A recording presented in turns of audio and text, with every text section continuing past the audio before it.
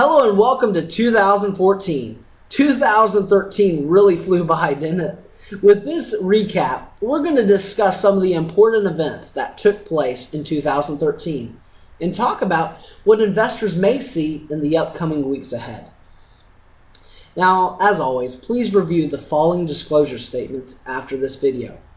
If you haven't noticed, 2013 was a banner year for stocks, which marked the 5th year of the bull market.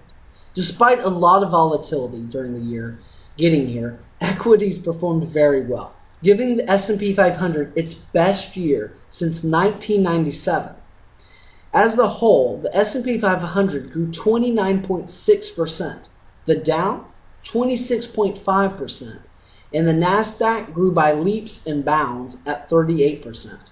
Which basically means is you could have had a blindfold and a dart and thrown it and probably still made money. The U.S. market economy, if you look at the GDP, which is the gross domestic product, a measure of economic activity, it grew an estimated 4% in the third quarter, which is a fantastic sign. It's the fastest pace since 2 years. Though we don't have the data on the fourth quarter GDP yet, some economists believe that we may see sustained GDP growth of 3% well into 2014, which is a very encouraging sign. Now, if you look at the labor market, it's also improved in 2013. Unemployment dropped to a 5-year low of 7% in November. Payrolls increased solidly in October and November.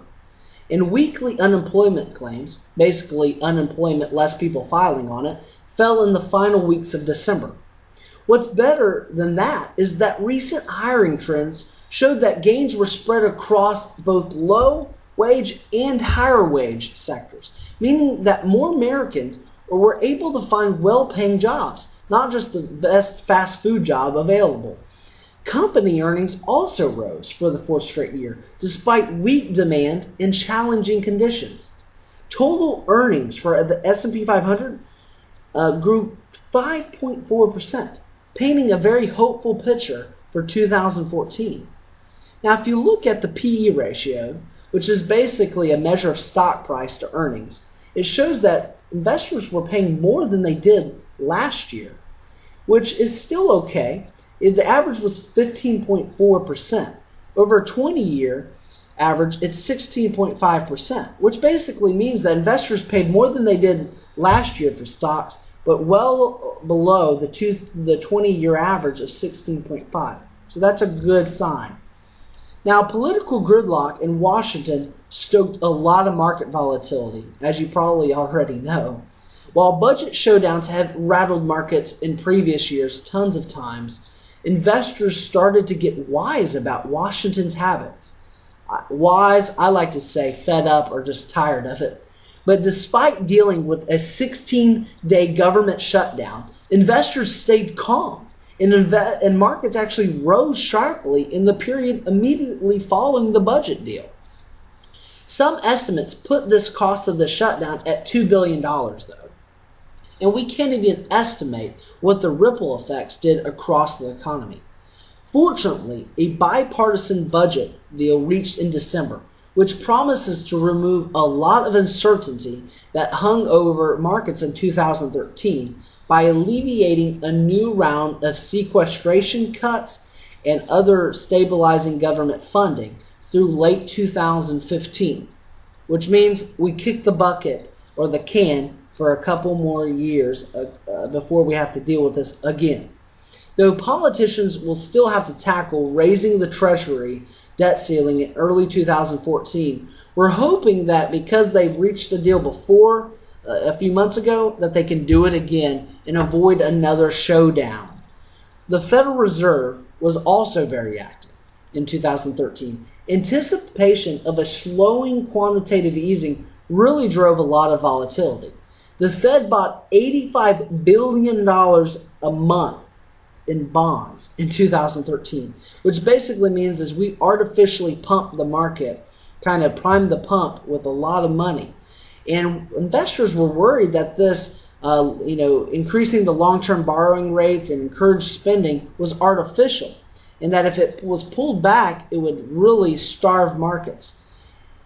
Well, after months of anticipation, the Fed finally announced a reduction in the pace of these bond purchases at the December Federal Open Market Committee, the FOMC meeting, and markets actually rose after this announcement.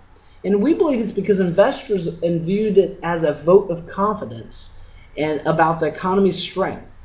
Now, if we're going to look ahead, economists and we're us included are very optimistic about 2014 because it's possible that stocks will slow their pace of growth compared to 2013, but we think that there's considerable upside potential still available in the U.S. economy if we continue to gain steam.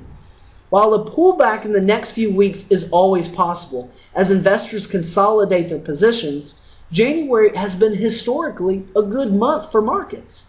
Although it's not possible to predict market trends with any accuracy, we're always looking out for new opportunities for our clients.